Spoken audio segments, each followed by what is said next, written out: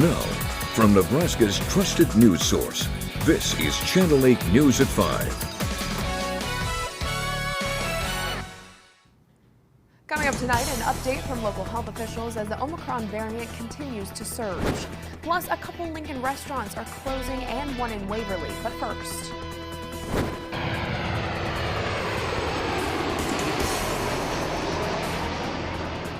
the chaos continues for airline passengers. Good evening, everyone, and thank you for joining us. Rod has the night off. During the busiest travel time of the year, nearly 1,000 flights have been canceled, disrupting holiday celebrations for many, including a local Wilbur family. Channel 8's Alexis Ganeski has their story from the airport tonight. Officials say the cancellations are coming from a variety of reasons, such as staffing shortages, the infectious Omicron variant, and some weather-related incidents, and that's causing some serious obstacles for travelers. It was just a matter of, are we all going to get back to Omaha on the same day? You know, I was prepared to have to wait. It was a mess, but it was very short-lived, and we're very thankful that everything worked out, but it was a lot of stress. December 18th, Jen O'Hare and her family flew from Omaha to Daytona, Florida for an early Christmas gift to watch her son Clay play basketball for Concordia University. As a family, they were supposed to fly home on Christmas Eve, but less than 24 hours before their departure, Jen got an email that their Delta flight was canceled. So then major panic. After several hurdles, Jen snagged a couple seats on another flight at a different time on the 24th. But not for the whole family. When they canceled Clay's flight, they booked him on a flight on Christmas Day, which would have extended his stay by another day, and we obviously didn't want to do that. Clay was stuck flying out of a different airport and making a stop in New York and then to Omaha. Well, he was sending me Snapchats telling me he was going to leave and go see the Statue of Liberty and Rockefeller Center, and I'm like, don't you dare leave the airport. You just stay right there and get on that flight and come home. Somehow, someway, all four of the O'Hare family members ended up in Omaha by Christmas within a half hour of each other, but you could consider them lucky.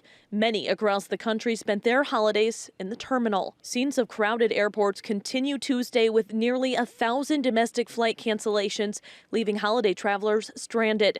This is not the first time Jen has had issues flying this year. A few months ago, she was a part of the Southwest outage. My daughter and I were in Tampa and trying to get back to Omaha, and we sat on a tarmac in Oklahoma City for like 3 hours.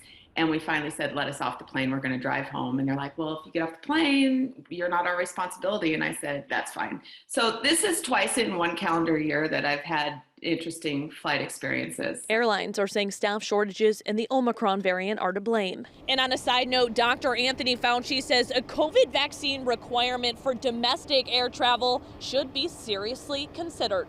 Reporting in Lincoln, Alexis Ganeski, Channel 8 News. In Lincoln and Lancaster County, the health department director announcing today we will remain in the elevated orange area on the COVID-19 risk dial. Channel 8's Ariana Martinez joins us with the latest updates and changes. Ariana? Yes, there was a sharp increase in cases and hospitalizations a week after Thanksgiving here in Lincoln. And a week ago, we had over a 14% positivity rate. But as of today, it has actually gone down to 11.9%. There are currently 116 COVID patients in Lancaster County hospitals, with 21 of them on ventilators. The long lines at Nomi Health drive-through testing site were addressed in today's press conference. As the county health director explained, they were experiencing a staffing shortage along with a sharp increase in demand for testing. They have brought on more help as of today to accommodate for those increases in demand, and the health department is considering other options to help. We are looking at the potential for a short time to be able to offer additional drive-through testing, and probably in the next 48 hours we'll have more information about what might be available to the community. We've been exploring this before the last couple of weeks of what we might be able to do here for our community. And she explained for anyone gathering the end of this holiday season, Pat Lopez encourages people to continue to get vaccinated or wear a mask in crowds, as well as get tested before gathering or if you feel any symptoms. And tonight on the news at 10, I'll explain how the new CDC guidance on isolation and quarantine, which changed yesterday from 10 days to 5 days, will affect area childcare and schools. Great information there for everyone. Thank you very much, Ariana, for our top story tonight. And nationally, the CDC sharing its updated quarantine guidelines and lowering again its estimates of how widespread the Omicron variant is spreading in the country. Here's the latest.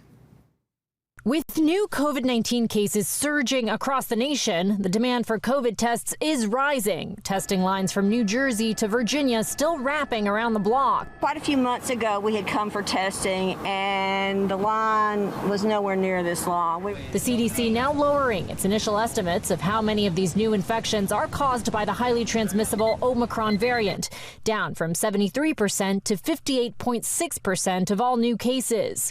Omicron still remaining the dominant coronavirus variant in the U.S. This, as health experts report nearly 200,000 more children testing positive last week, marking a 50% surge since the beginning of the month. Pediatric hospital admissions on the rise nationwide, up 80% in the past 4 weeks. New York Governor Kathy Hochul. Parents, we could avert all this if every child were vaccinated. And New York City Mayor Bill de Blasio saying he's working to keep schools open. Right now, we do PCR testing in every school every week. We're going to double the amount of testing we do in schools. The CDC, meanwhile, updating its guidance for asymptomatic Americans infected with COVID-19, cutting the isolation period in half from 10 to 5 days, followed by strict mask wearing for another 5 days. But the CDC not recommending asymptomatic positive people first test negative before coming out of isolation. Well, the entire reason why we want people to isolate is because they're contagious and they can spread the virus to other people. The CDC is now reporting 6 states saw their daily case averages double or triple in the past week. Inez de la Cuetara, ABC News, Washington. Back to local news now. A couple of Lincoln restaurants are closing. Here's a look at what's happening around the capital city tonight. The original location of Brewski's Food and Spirits is closing January 1st. It's the one located near 16th and South Streets. It was established 31 years ago. Brewski says it was unable to negotiate a renewed lease. All other locations of the sports bar will remain open. There are 3 still in Lincoln and 1 in Omaha. And then the all-vegan restaurant Rutabaga's Comfort Food is closing its doors. Its management made the announcement on its Facebook page. Now, they didn't give an exact reason, just that many variables and factors led to this decision, and that the closure is effective immediately. They had only been open since 2019. And now to Waverly, a restaurant there that has been open nearly 50 years is closing because of a lack of staffing. Honey Creek says they've been searching for employees for months. The restaurant says in 46 years of operation, they've served over 4 million eggs and 250,000 pounds of hamburger. This Friday will be their last day. Time now for a check of our weather. Meteorologist Malcolm Byron is in for John tonight. Malcolm, a little breezy today.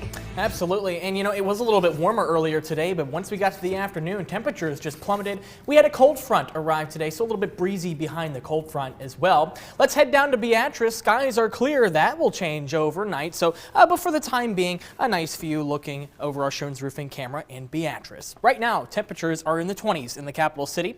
24 degrees at Lincoln Airport, 24 degrees in First. That's a far cry from our high temperature of 44 degrees just before noon, 20 degrees in Seward, 22 in Milford. We already have a couple of teens on the map. We have 18 degrees in Columbus, 28 degrees in Nebraska City. It's generally warmer as you head farther south and east because they've had a little bit less time behind the front. Wind chill values, when you factor in the wind, it feels like 11 degrees in the capital city, 15 degrees in Beatrice, 4 in Columbus. Those are only going to continue to fall as we go into the overnight hours. And 24-hour temperature change, or you compare this temperatures right now to 24 hours ago, we are definitely cooler, and that's a symptom of the cold front passage. So clear skies for the time being, but eventually clouds will arrive back in the forecast. While we are clear, temperatures will plummet into the teens by 10 o'clock. We will be cool tomorrow as well. A brief warm-up followed by another cool down and maybe some snow in the forecast. We'll talk more about that in just a couple minutes. All right. Thank you very much, Malcolm. In California, a deadly plane crash narrowly missed a neighborhood and still wiped out power to hundreds of homes. The jet fell from the sky. Watch the video right here. It happened last night, crashing into the ground with an explosion. Authorities say the plane landed, thankfully though, in the middle of the road instead of hitting houses. But it took down some power lines as it crashed. And thankfully though, again, missing dozens of homes in that neighborhood just feet away. There's very little left of the aircraft.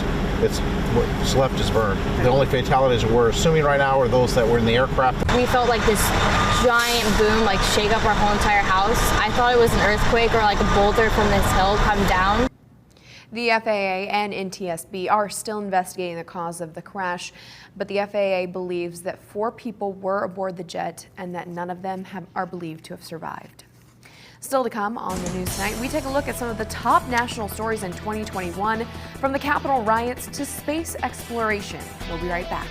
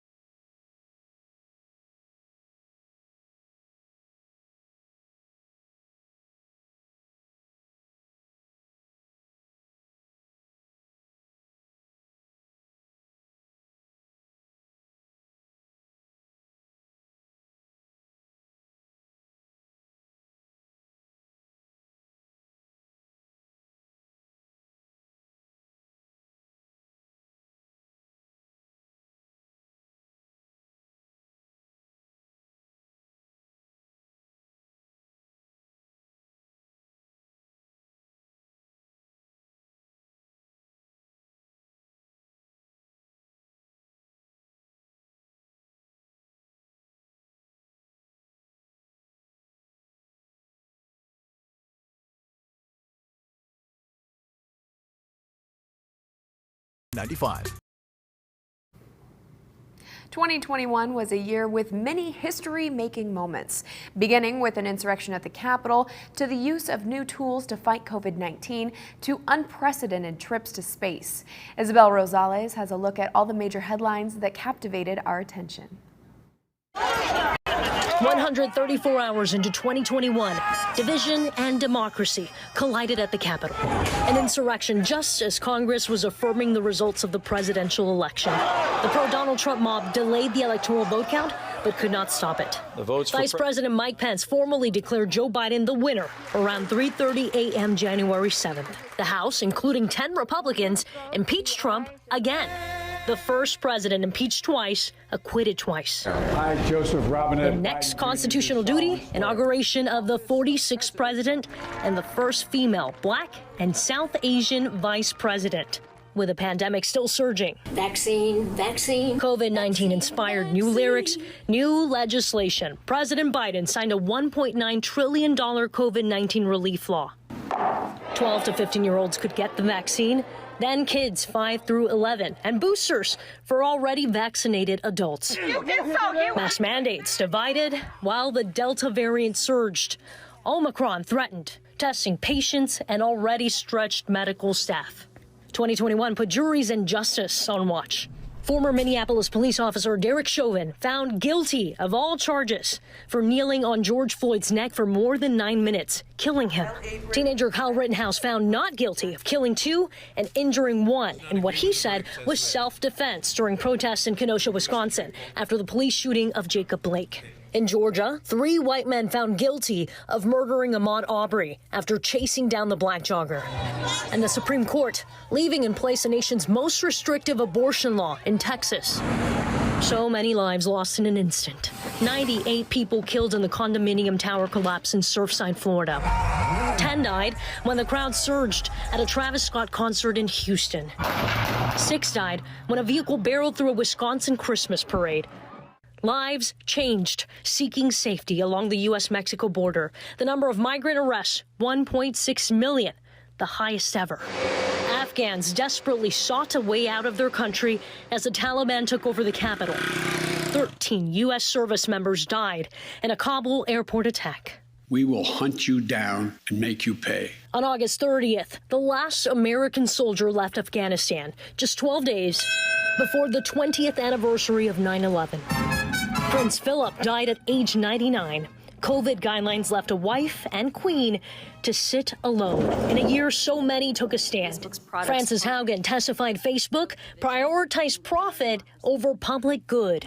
U.S. gymnasts testified FBI officials downplayed their stories of Dr. Larry Nassar sexually abusing them. Sexual harassment complaints forced Andrew Cuomo out of the governor's mansion in New York, while Bill Cosby went home. His sexual assault conviction unexpectedly overturned. Congress finally passed a $1.2 trillion infrastructure bill. Supply chain problems kept shipping containers stuck at ports, and jobless claims dropped to their lowest point in half a century. Good evening. California's governor kept his job, surviving a recall. Virginia's governor-elect turned the Commonwealth red. School board meetings became battlegrounds over COVID-19 measures. Georgia imposed voting restrictions. Former President Donald Trump rallied crowds to criticize the 2020 vote. I never conceded. Never quite ruling in or out. The countdown to 2024. 2, 1. Other countdowns made history. Tourists spent 3 days in space on the first ever orbital flight on SpaceX. Billionaire Richard Branson went to the edge of space in his own rocket. Here it goes. Days before Jeff Bezos did the same. And NASA celebrated landing a rover named Perseverance on Mars. Like 2021, Perseverance pushing boundaries, persisting through it all. I'm Isabel Rosales reporting. Now, your Storm Alert Team forecast with meteorologist Malcolm Byron. The sun has set on the last Tuesday of 2021, looking over Honda of Lincoln, not seeing any clouds at this particular point in time. That will change in the overnight hours. It is cold right now. 24 degrees is the current temperature in Lincoln. We're at 27 degrees in Beatrice. It's cooler farther to the north. We had a cold front push through today from north to south, so it's generally warmer off towards the east and southeast. We're at 39 degrees in Falls City, but yeah, the farther north you go, the cooler it gets because we've had a little bit more time behind the cold front and in the cooler air mass. Broadening out the view, here's the cold front that passed. It is pushed off towards the east, now in Iowa and Missouri. Again, still on the cold side of this, so we're going to get rather chilly in the overnight hours. By 7 o'clock, likely being in the upper teens to low 20s, dropping to around 17 degrees by 11 o'clock. But once we get past midnight, some clouds will start to arrive, and that'll hold temperature steady right around 14 degrees. I think for an overnight low, likely getting around 13 degrees at a absolute minimum tomorrow morning. So for the evening hours, it'll be mostly clear, but we'll have clouds increasing overnight. And when we're waking up tomorrow morning, we are going to be looking at mostly cloudy skies. As far as the wind chill goes, when you factor in the wind, this is how cold it feels outside. 7 degrees by 11 o'clock, so feeling like the single digits. And by the time we're waking up tomorrow morning with low temperatures around 13 degrees, could feel like 3 degrees in the capital city, and in some locations, especially in some rural pockets, maybe feeling below zero. Check that out, -1 degrees, the feels like temperature in York and Aurora.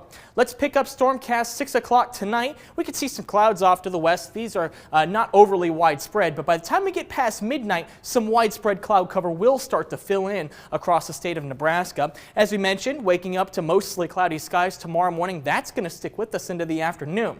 Now, some computer model guidance is throwing these blue colors right here. I only think these are going to be light snow showers or maybe even a flurry, just because we have a lot of dry air in the low levels of the atmosphere. As the snow falls, it'll evaporate or sublimate, and the snowflakes will become smaller, reducing the intensity of the snowfall. So we're not expecting major accumulations out of this. This is mainly for the far southeastern corner of the state, but we won't rule it out here in the capital city, pushing off towards the east by the late afternoon. As far as accumulations go, for locations that are fortunate enough to see this, this is not looking like a major snow event, looking at mostly under ½ an inch. In fact, I think this 0.7 inches here, I think that's an overestimate in Nebraska City.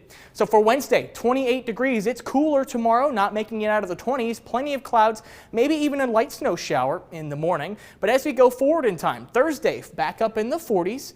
On Friday, dropping to the 30s, and then check out Saturday. High temperature of 13 degrees. We have a system arriving late Friday and into Saturday. It's got the chance to bring us some snow. If we have a good chance at accumulating snow, this is our best chance for accumulating snow. Stormcast is showing lots of blues across the state of Nebraska on Saturday. We still have some time to watch this. A little too early to start pinpointing accumulations now, but confidence is growing that we will see snow on New Year's Day. So again, cool tomorrow, 28 degrees, maybe a few flurries, but warmer on Thursday, mostly clear, 42 degrees. Temperatures drop back into the 30s on Friday, New Year's Eve, that should say. 33 degrees there, cooler on Saturday, 13 degrees, maybe the potential for snow. As things stand now, very cold on Sunday morning, cold on Sunday afternoon as well. All right, thank you very much, Malcolm. A split day on Wall Street today, the Dow gaining 96 points, while the NASDAQ fell about 89.5. Here are your numbers. You're watching Channel 8, Nebraska's trusted news source.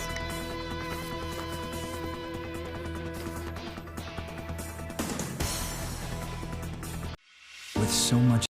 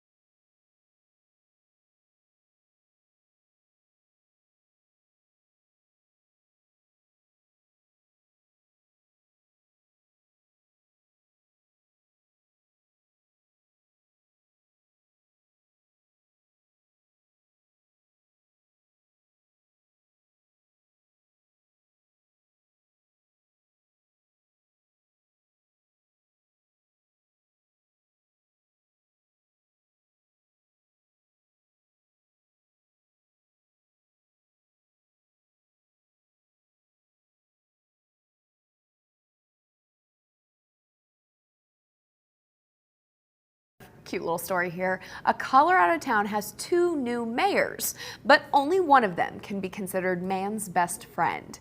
Meet Murdoch, a 5-year-old basset hound who led the pack to victory, goggles and all, after a hard-fought campaign to draw attention to historic preservation in the town of Littleton.